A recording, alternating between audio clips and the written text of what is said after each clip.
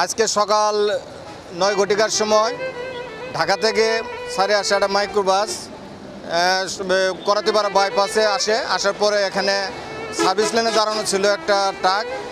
এই মাইক্রোবাসের নিয়ন্ত্রণ হারিয়ে ট্রাকের পিছনে মেরে দিয়ে ঘটনা ঘটে। ঘটনাস্থলেই বাবা 2 ছেলে স্পট ডেথ মারা যায় এবং অন্য 3 জন বাচ্চা সহ অন্যরা টাঙ্গাইল সদর হাসপাতালে চিকিৎসাধীন আছে। এই ব্যাপারে হাইওয়ে পুলিশ আসছে। এই আইন শৃঙ্খলা আমরা ঘটনাস্থল পরিদর্শন করছি। আইন শৃঙ্খলা স্বাভাবিক আছে, যান চলাচল স্বাভাবিক আছে। এই ব্যাপারে আইনগত ব্যবস্থা প্রক্রিয়া দিন।